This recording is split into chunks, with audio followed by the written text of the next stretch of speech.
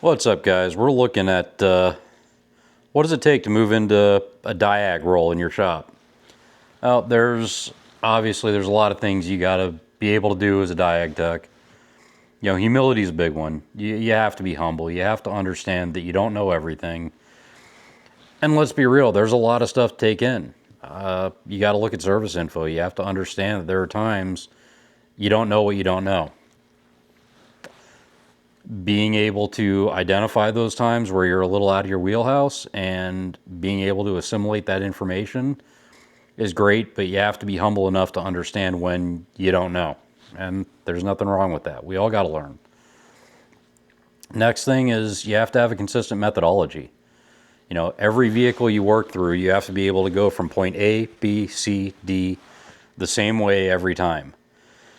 We have to understand the systems. We have to take a systemic approach, but we have to be able to break those systems down into simpler legs or simpler operations, right? If you look at an evap system, you're going to start with, is it leak? Is it performance? You know, whatever it is, but you have to do the same, be able to do the same circuit test, regardless of what it is. At the end of the day, it's all voltage, right?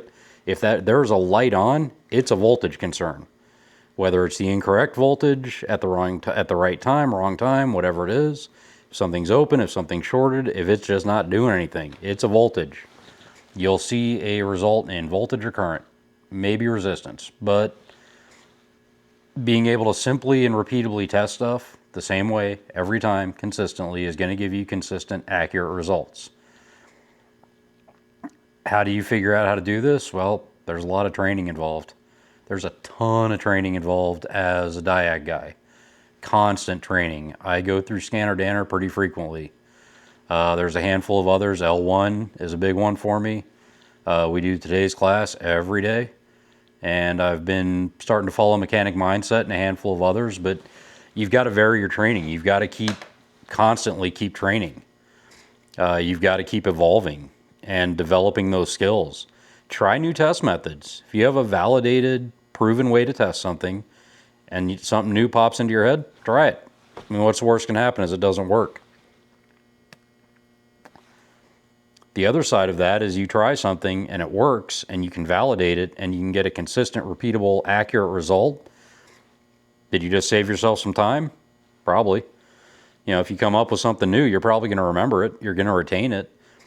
Other big thing with training, if you're interested in something, run with it. You know, if you're not really interested in something, you're not really going to stick with it. You're not going to retain it. But if you're interested in something, if you're passionate about something, you're going to take away a lot more and you're going to want to know more. That's, you know, you can never have too much information. How do you pick the right tool? How do you determine what data you need? You probably have looked at service information. You probably have a good idea of how the system works. Probably have a good idea of what your suspect component is. And let's be real, with a code scan or a symptom, you're probably going to develop a suspect component pretty quickly. How do you test it? Can you test it with a scan tool? Do you need to load test a circuit? Do you need to check a solenoid coil? Do you need to check an ignition coil?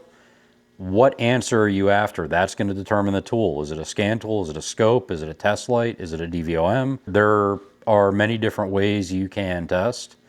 Knowing how to pick the right one is really important and will save you a lot of time. Sometimes you're going to need more than one. Sometimes you're going to need everything you got in the toolbox to figure out a problem. Being able to figure out your test plan and plan it out ahead of time, huge, absolutely huge. You have to be able to know what you're testing, or it's really hard to sell time if you don't know what you're doing, right? And I don't mean that in a knowledge sense. If you don't have a mapped out plan of points you have to hit, it's really hard to get through them. Last thing is documentation. You know, everything we do is based on a skill set. There's tangible results that will be pulled from the testing, but to be able to convey that and convey the value in it, you have to be able to document.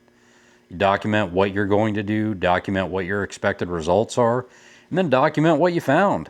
You know, document how you got to what you need to test, document what the findings are, and then document the next steps.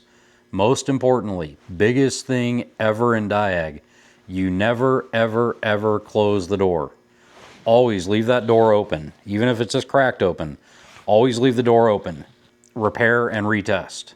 Nothing is ever, this is it, this is the be all end all, we're done. You never do that to yourself. 90% of the time, it's going to be the repair. If your process is solid and your testing is accurate, you're going to be at the problem. You never close the door. You always leave that open for,